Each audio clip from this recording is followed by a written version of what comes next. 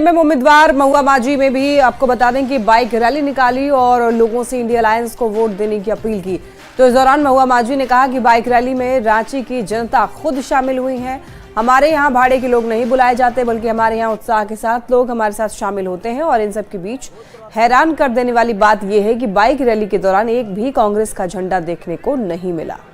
रांची के झारखंड मुक्ति मोर्चा और गठबंधन की प्रत्याशी महुआ माझी है। मैम, आज अंतिम दिन प्रचार का है, किस उम्मीद के साथ ये बाइक रैली?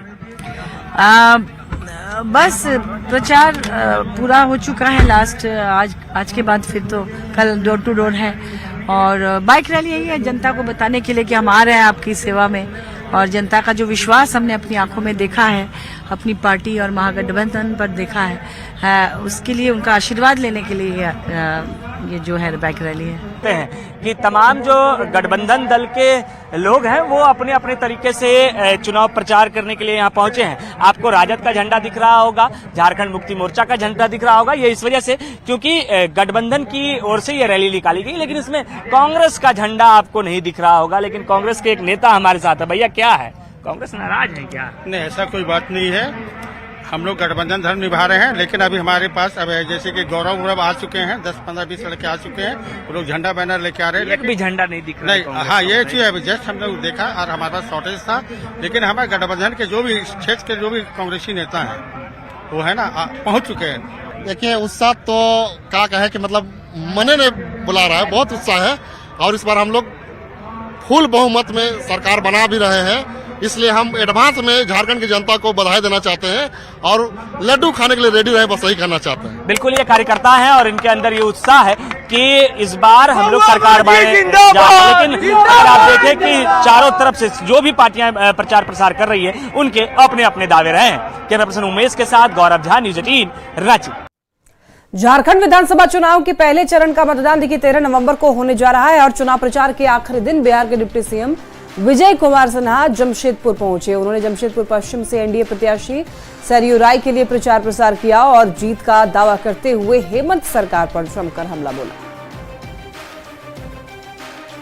तो आपको बताते चले कि बिहार के डिप्टी सीएम विजय सिन्हा पहुंचे जमशेदपुर। यहां पर उन्होंने सरयू राय के पक्ष में प्रचार किया और इंडिया अलायंस पर जमकर हमला बोला।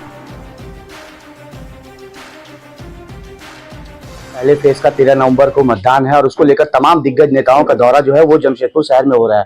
हमारे साथ बिहार के डिप्टी सीएम विजय जी हैं, उनसे बात करेंगे। क्या लगता है झारखंड में क्या कुछ मुद्दे को लेकर एनडीए की प्रत्याशियों के बीच आप लोग जा रहे हैं, वोट की मांग कर रहे हैं लोगों से? देखिए, भारतीय जनता पार्टी विकसित भारत विकसित झारखंड बनाने के लिए सत्ता नहीं सुशासन की लड़ाई लड़ रही है। जो अपराधी और भ्रष्टाचारी की जामात को लेकर परिवारवाद की जिम्मेदारी स्थापित कर रहे हैं, लोकतंत्र को कमजोर कर रहे हैं, ऐसे लोगों की विदाई तय करने के लिए झारखंड की जनता मन मिजाज बना चुकी है और 13 तारीख और 20 तारीख को इसका जवाब जनता दे देगी। झारखंड का सबसे बड़ा मुद्दा हो रहा है बांग्लादेशी घुसपैठी का मामला, लगातार उठते जा रहा है, जहां विपक्ष सरकार जो है, राज्य सरकार बीजेपी पर आरोप प्रत्यारोप करती है, तो बीजेपी इस मुद्दे को लेकर खुले तौर से उठती है। तो इसे किस तरह? देखिए, निश्चित तौर पर घुसपैठिए के कारण यहाँ के समीकरण बिगड़ रहे हैं। हमारे जनजाति के भाई को आज जिस तरह से धर्म परिवर्तन के माध्यम से, तुष्टीकरण की राजनीति के माध्यम से, भय और प्रताड़ना के कारण यहां की सरकार वोट की राजनीति में बांग्लादेशियों को संरक्षित कर रही है, यह दुखद दुर्भाग्यपूर्ण है और यह मानसिकता झारखंड को कमजोर कर देगा। मूल यहाँ के जो निवासी हैं, जो झारखंडी और बिहारी हैं, वो पलायन के लिए विवश हो जाएंगे। आज बंगाल के अंदर देख रहा है इसकी दशा। जो असली भारतीय था वो पलायन के लिए विवश है और जो बांग्लादेशी घुसपैठिए है उसका साम्राज्य बंगाल के अंदर व्याप्त हो गया है। न्यूज़ 18 के लिए जमशेदपुर से आशीष कुमार तिवारी। पहले चरण की वोटिंग के पहले बयानबाजी का दौर जारी है और एक बार फिर हेमंत सोरेन और हेमंत बिस्वा के बीच में जुबानी जंग तेज हो गई है। हेमंत सोरेन ने हमला बोलते हुए कहा है कि हेमंत बिस्वा अपने प्रदेश को छोड़कर के झारखंड में रहकर के लोगों को बांटने का काम कर रहे हैं, जिस पर हेमंत बिस्वा ने भी पलटवार किया है। वहीं की रोटी पकती है। यह आसाम का मुख्यमंत्री 1 साल से झारखंड में घूम रहा है और 1 साल से झारखंड सरकार को गिराने का सुपारी दे रखा है। यह रोटी बेटी का बात करता है, घुसपैठी का बात करता है। सबसे अधिक घुसपैठी आसाम में घुसे पड़े हैं। मैं क्या कर रहा हूँ उसका बारे में हेमंत सोरेन सोचना छोड़ दे, वो जेएमएम और कांग्रेस के बारे में सोचे, दोनों हार रहा है। प्रधानमंत्री ने धनबाद में दूसरे चरण में चुनाव होना है और सभी प्रत्याशी अपनी जीत को लेकर के प्रचार जनसंपर्क में अपनी पूरी ताकत झोंक रहे हैं। और एक तरफ कांग्रेस बीजेपी उम्मीदवार जनसंपर्क नुक्कड़ सभा कर लोगों से अपने पक्ष में मतदान करने की अपील कर रहे हैं, तो दूसरी ओर एक निर्दलीय प्रत्याशी अपने अनोखे तरीके से प्रचार करके वोट की अपील कर रहे हैं। दूसरे चरण में मतदान होना और सभी प्रत्याशी अपनी जीत को लेकर पूरी ताकत झोंक दी है। समर्थकों के साथ, गाड़ियों के काफिलों के साथ प्रत्याशी अपना चुनाव प्रचार कर रहे हैं। लेकिन बाघमारा प्रखंड में एक ऐसा भी प्रत्याशी है जो अकेले ही अपना चुनाव प्रचार खुद कर रहे हैं। निर्दलीय प्रत्याशी के रूप में पिंटू कुमार गुप्ता खड़े हुए हैं, जिसको कि सेव छाप मिला हुआ है। दूसरी बार वह फिर से बाघमारा विधानसभा से मैदान पे उतरे हैं और अपना चुनाव प्रचार वह खुद कर रहे हैं। 24 साल से बच्चे लोगों को सुबह शाम ट्यूशन पढ़ाया हूं और जो दिन भर का समय मिला मैं वो राजनीतिक और सामाजिक काम में लगाया। इस कारण से मैं धन बल का प्रयोग नहीं कर पा रहा हूं, है ही नहीं तो मैं कहां से करूं। प्रचार के कई रूप देखे होंगे, लेकिन यह अनोखा रूप है। यह भी अपनी जीत को लेकर दावा कर रहे हैं। हालांकि इनकी जीत होती है या हार, जो आने वाला 23 तारीख को पता चलेगा। लेकिन इस प्रत्याशी का चुनाव प्रचार इन दिनों बाघमारा विधानसभा में काफी चर्चा का विषय बना हुआ। संजय गुप्ता, न्यूज 18 धनबाद। झारखंड विधानसभा चुनाव के पहले चरण के लिए प्रचार आज थम जाएगा शाम को। और देखिए 13 नवंबर को पहले चरण की वोटिंग होगी, लेकिन इससे पहले दावों का दौर तेज हो गया है। राज्यसभा सांसद दीपक प्रकाश से बात की संवाददाता निरंजन ने। झारखंड विधानसभा का पहला चरण का 43 सीटों का चुनाव प्रचार शाम थम जाएगा। इसी संदर्भ में सीधे हम बात करेंगे राज्यसभा सांसद दीपक प्रकाश जी से। उन्हीं से जानते हैं, सर दिन रात आप लोग मेहनत किए, कई मुख्यमंत्री आए, प्रधानमंत्री आए, गृह मंत्री आए, सभी ने ताकतें झोंक दी है। क्या आपको लग रहा है 43 सीट में कितने सीटें जीत रहे हैं आप? झारखंड विधानसभा के प्रथम चरण का चुनाव प्रचार अभियान अब समाप्त होने वाला है, लेकिन जनता की आकांक्षा है कि झारखंड में इस बेशर्म सरकार, मक्कार सरकार और झूठ बोल करके सत्ता पर काबिज होने वाली सरकार की विदाई की जाए। और जनता की आकांक्षा के अनुकूल भारतीय जनता पार्टी इस बार सरकार बनाने वाली है।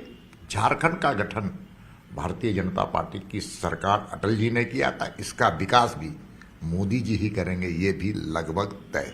सर जेएमएम अभी तक घोषणा पत्र भी जारी नहीं किया है। आप इससे समझ सकते हैं कि झारखंड मुक्ति मोर्चा में झारखंड की जनता के लिए कितनी प्रतिबद्धता है। ये बात ये संकेत देता है कि इनके पूरे चुनाव अभियान में अपने आप को हारे हुए पार्टी के रूप में लोग देख रहे हैं। चुनाव लड़ने के पहले ही चुनाव हार चुके हैं।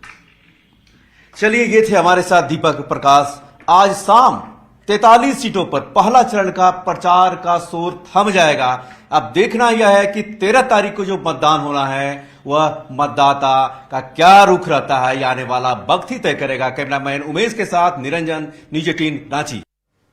अति नक्सल प्रभावित क्षेत्र रहे चतरा के घने जंगलों में एसएसबी के जवानों ने मोर्चा संभाल लिया है और एसएसबी के जवान चतरा विधानसभा क्षेत्र के प्रतापपुर में फ्लैग मार्च करते हुए नजर आए। फ्लैग मार्च का जायजा लिया न्यूज 18 संवाददाता अविनाश कुमार ने। 13 नवंबर को पहले चरण का मतदान होना है। इसको लेकर ग्रामीण इलाकों में और खासकर जो जंगली इलाके हैं, जो घना जंगल है, उस इलाके की अगर आप बात कर लें तो वहां इस तरह से आपको जवान दिख जाएंगे जो मार्च करते हुए दिखेंगे आपको। और ये चतरा विधानसभा क्षेत्र में इस वक्त मैं हूं और ये प्रतापपुर का जंगल है, घना जंगल है। और जब हम इस इलाके से होकर जा रहे थे तो बड़ी संख्या में जो जवान हैं पैदल ही इस पूरे जंगल के इलाके से मार्च करते हुए आगे की ओर जा रहे हैं। और ये तैयारी भी है। आपको पता है कि जो चतरा का इलाका है, चतरा के इलाके में अति नक्सल प्रभावित क्षेत्र के रूप में पहले से ही ये चिन्हित है। और ऐसे इलाकों में शांतिपूर्ण तरीके से मतदान कराना बहुत ज़रूरी है और एक चुनौती भी है। अगर हम ज़िला प्रशासन की बात कर लें या चुनाव आयोग की बात कर लें तो ये तमाम जो जवान आप देख रहे हैं ये एसएसबी के जवान हैं और यहाँ शांतिपूर्ण तरीके से कैसे मतदान हो उससे पहले की ये तैयारियां हैं और एक मैसेज भी है कि किस तरह से जिला प्रशासन की तैयारी है, चुनाव आयोग की तैयारी है और निर्भीक होकर ज़्यादा से ज़्यादा मतदान आप करें, ये एक संदेश भी है। कैमरा पर्सन प्रभाकर के साथ अविनाश कुमार, न्यूज़ 18 चतरा।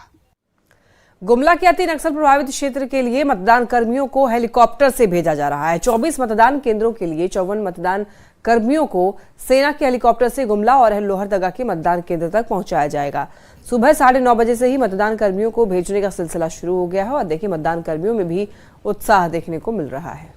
बता दें 13 नवंबर को पहले चरण के तहत गुमला के 3 विधानसभा सीटों पर गुमला, सिसई व बिशनपुर के सीट पर मतदान होना है। आप देख सकते हैं आज से ही तैयारी कर ली गई है। आज बता दें बिशनपुर के कई ऐसे दुर्गम इलाके हैं, वह बोल सकते हैं कि नक्सल प्रभावित इलाके हैं, जहां पर सुरक्षा के दृष्टिकोण से 2 दिन पूर्व ही मतदान कर्मियों को हेली ड्रॉपिंग किया जाना है। हेलीकॉप्टर से उनको अपने गंतव्य तक मतदान कराने के लिए पहुंचाना है। ऐसे तो फर्स्ट टाइम है हेलीकॉप्टर में।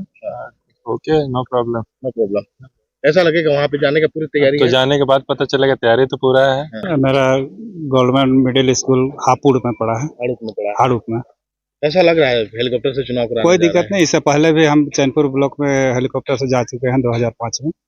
वहाँ ज्यादा सुरक्षा वहाँ पर लगता है, सीआरपीएफ का कैंप रहता है, खाने पीने का व्यवस्था रहता है। अंदर से उत्सुकता है, उसी के इंतजार में है हम लोग सुबह से और कोई दिक्कत नहीं है, सारा व्यवस्था अच्छी है, पूरे तैयार है लोकतंत्र का। तो आप देख सकते हैं जो कर्मी है वो भी पूरी तरह तैयार है, कोई शंका व भय नहीं है, क्योंकि हाल के दिनों में आप देख सकते हैं हमारे साथ जो कर्मी है उन्होंने साझा किया अपना जो एक्सपीरियंस था। जो 2005 की चुनाव की बात करें तो नक्सलियों के द्वारा हमें बाधित करने की कोशिश की गई थी, लेकिन अब वो ऐसी स्थिति नहीं है। पूरे सुरक्षा के व्यापक इंतजाम किए गए हैं, तो पूरे तैयार है जो कर्मी। अभी से यहाँ पे जो रवानगी है वो चालू कर दी गई है। कर्मी आज क्लस्टर में रुकेंगे, उसके बाद जो परसों का जो मतदान दिवस है उसमें मतदान सुचारू रूप से संपन्न कराएंगे। रुपेश कुमार भगत, न्यूज़ 18 गुमला। बन्ना गुप्ता और सरयू राय में एक बार फिर से तलवारें खिंच गई हैं। कांग्रेस उम्मीदवार बन्ना गुप्ता ने यह कहा कि अगर कोई मुस्लिम के घर हमला करता है तो मैं वहां पर खड़ा मिलूंगा, जिस पर सरयू राय ने भी जमकर हमला बोला।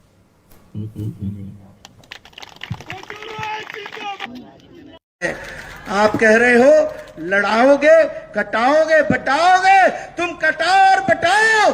हम कहते हैं यदि तुमने माँ का दूध पिया है और तुम लड़ोगे और कटाओगे तो हम कहना चाहते हैं कि यदि हमारे बबलू भाई के घर में यदि कोई हिंदू कट्टरपंथी हमला करेगा, नौशाद भाई के घर में कोई हिंदू कट्टरपंथी हमला करेगा तो वहां बन्ना गुप्ता उसका विरोध करने के लिए खड़ा रहेगा।